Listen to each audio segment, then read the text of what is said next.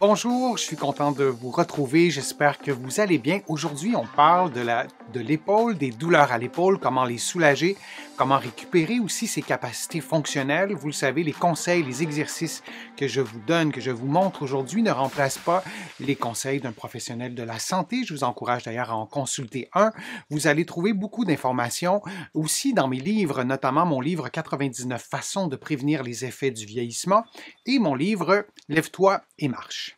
Les douleurs à l'épaule, ce sont des douleurs qui sont fréquentes, ce sont des douleurs qui sont complexes et il y a plusieurs structures qui peuvent être touchées lorsqu'on a une douleur à l'épaule. C'est une articulation complexe. Alors, il y a quelques familles de mouvements qui sont assez simples à visualiser. On a par exemple la flexion antérieure. Si je vous le montre comme ça, alors c'est la flexion antérieure et lorsqu'on revient, on revient en position neutre. Et on a dans l'autre plan, on a aussi l'extension lorsque notre bras va vers l'arrière. Donc ça, c'est dans un des plans de l'espace. L'autre plan de l'espace, c'est l'abduction. Donc on va faire un mouvement sur le côté et on va redescendre comme ça. Alors on fait un mouvement d'abduction.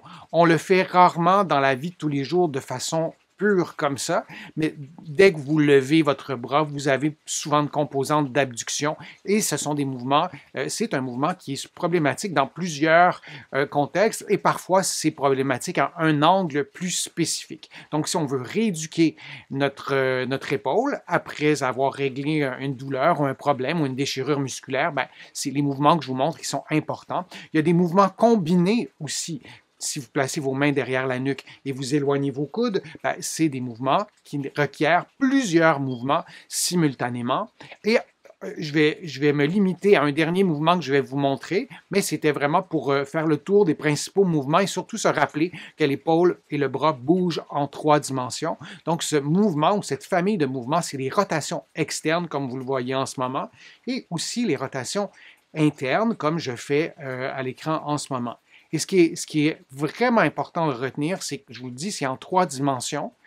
Et donc, on pense à la position du bras, mais ces mouvements peuvent être faits dans différents angles si on prend l'angle que forment l'humérus et le corps. Si vous placez vos bras comme ça et vous faites un mouvement de rotation externe et de rotation interne comme ça, ben c'est le même mouvement que si vous éloignez vos mains, mais comme l'humérus et le corps ne forment pas le même angle, c'est important d'en tenir compte. Et lorsqu'on rééduque l'épaule, lorsqu'on veut reprendre la force musculaire, c'est important de penser à ces différents aspects de la rééducation, c'est-à-dire de prendre soin des muscles, de stimuler les muscles dans les 3 plans de l'espace. Il y a aussi des muscles qui sont profonds, des muscles qui sont superficiels.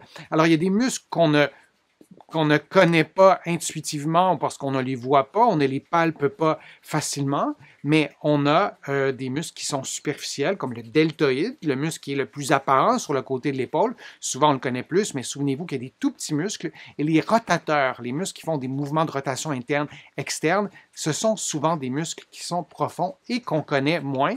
Alors, on a ces gros muscles, vous voyez le deltoïde en superficie, mais il y a aussi les plus petits muscles, comme ce que vous voyez en ce moment, qui vont faire des mouvements de rotation ou des mouvements plus subtils.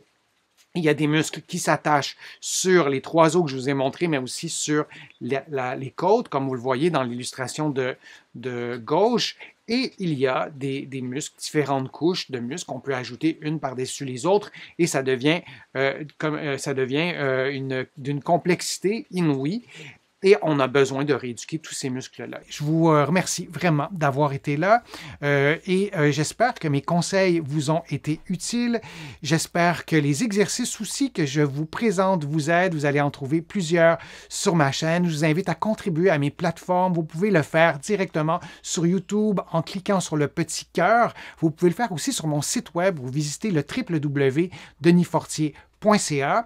Vous allez pouvoir aussi vous abonner gratuitement à l'infolettre. Vous allez recevoir des informations chaque semaine sur des sujets variés et aussi à des infolettres thématiques sur des sujets bien précis. Vous allez recevoir des courriels. Tout ça est gratuit et vous allez trouver tout ça sur mon site web. Vous allez trouver aussi beaucoup d'informations dans mes livres que vous pouvez trouver partout sur le web et aussi en librairie au Canada et de l'autre côté de l'Atlantique.